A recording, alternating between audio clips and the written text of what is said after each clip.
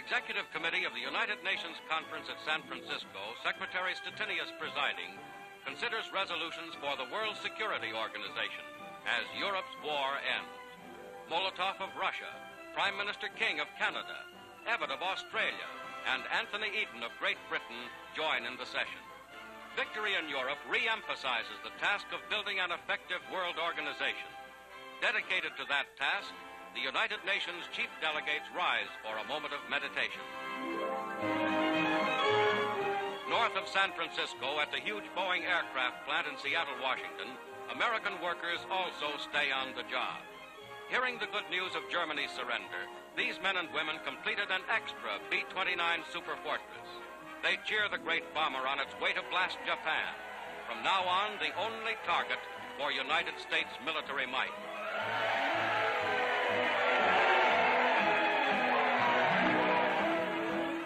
The home front gets behind the 7th War Bond Drive, symbolized in this statue of the raising of the flag over Iwo Jima. The same flag that flew over Iwo Jima now goes up in New York. With victory in Europe, all New York's lights go on again, and Broadway once again becomes the Great White Way.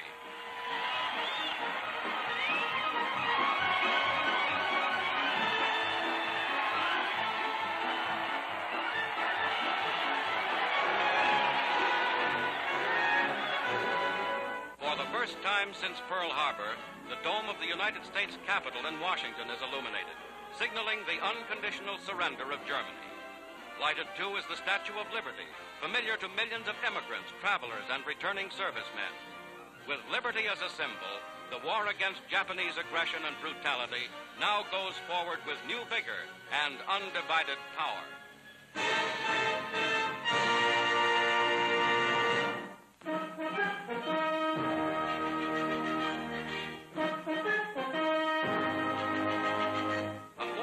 Chinese boy, war-orphaned, is found by American soldiers, members of the 14th Air Force in China.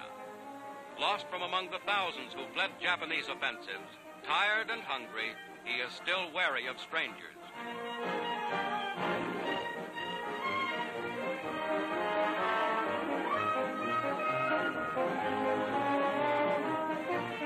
But a village elder persuades the little fellow to go along with the Americans.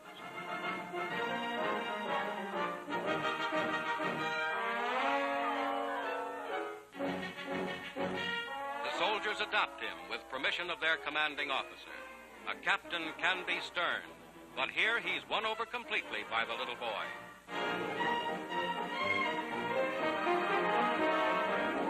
He's in the Army now, and the first thing a recruit gets is a band. It doesn't take long for him to learn the military life.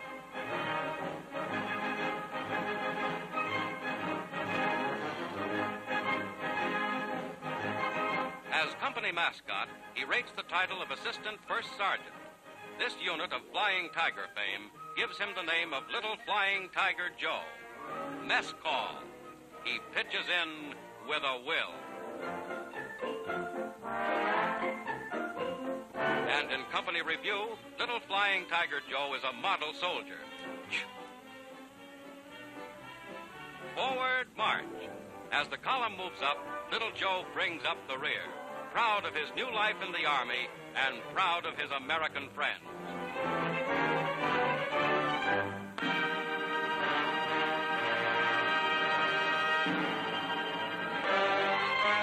Wounded veterans of Okinawa are carried off the hospital ship USS Comfort at a Pacific base as the Comfort reaches port despite damage caused by a Japanese plane attack.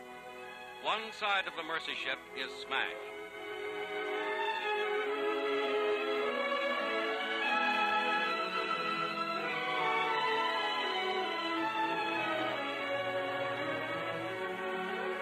"29 helpless wounded men are killed by the fanatic Japanese pilot. The unarmed, plainly marked hospital ship was brilliantly lighted when attacked.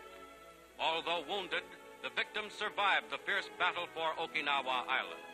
Now they are buried in a common ceremony."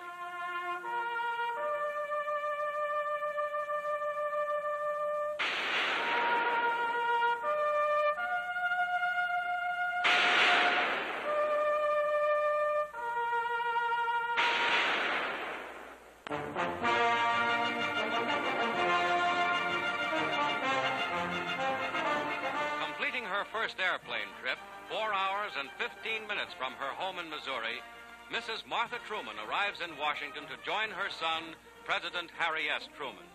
This is the first time she has seen him since he assumed the nation's highest office.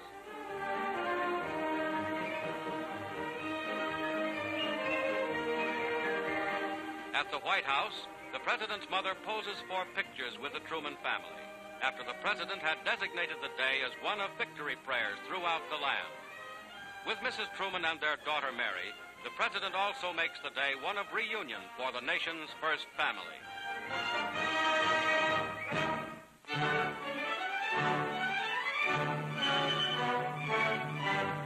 Near Hamburg, Germany, General Sir Bernard Montgomery receives German surrender offers from General Admiral Hans von Friedeberg affecting northern Germany and Denmark.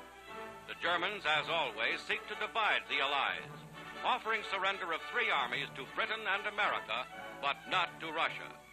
Curtly refused by Montgomery, they have one alternative: the unconditional surrender of all their northern forces. Among themselves, the Germans discuss the unyielding Allied terms before returning to their own lines. 25 hours later, they return. These historic pictures record their unconditional surrender of 1 million German troops.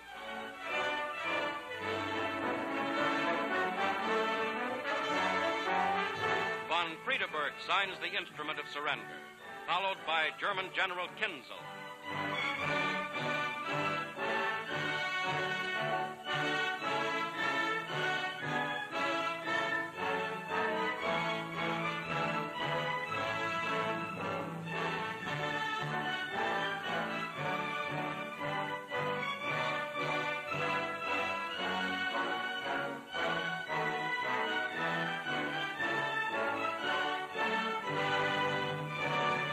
Montgomery signs.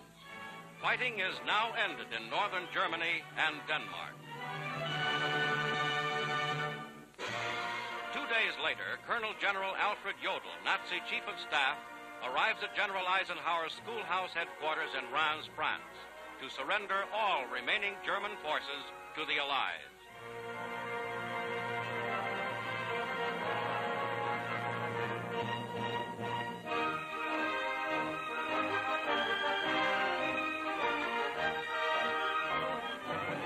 General Walter Bedell Smith, Eisenhower's Chief of Staff, gives the Germans the surrender terms.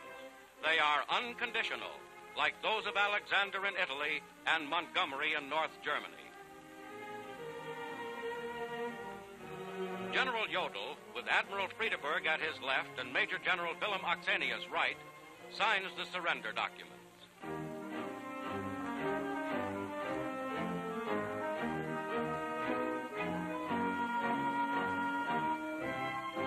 General Ivan Suslov-Parov represents the Red Army. The delegates of the 4 powers, Russia, Britain, France, and the United States, now sign. General Jodl represents Admiral Dönitz, who assumed control after the fall of Berlin.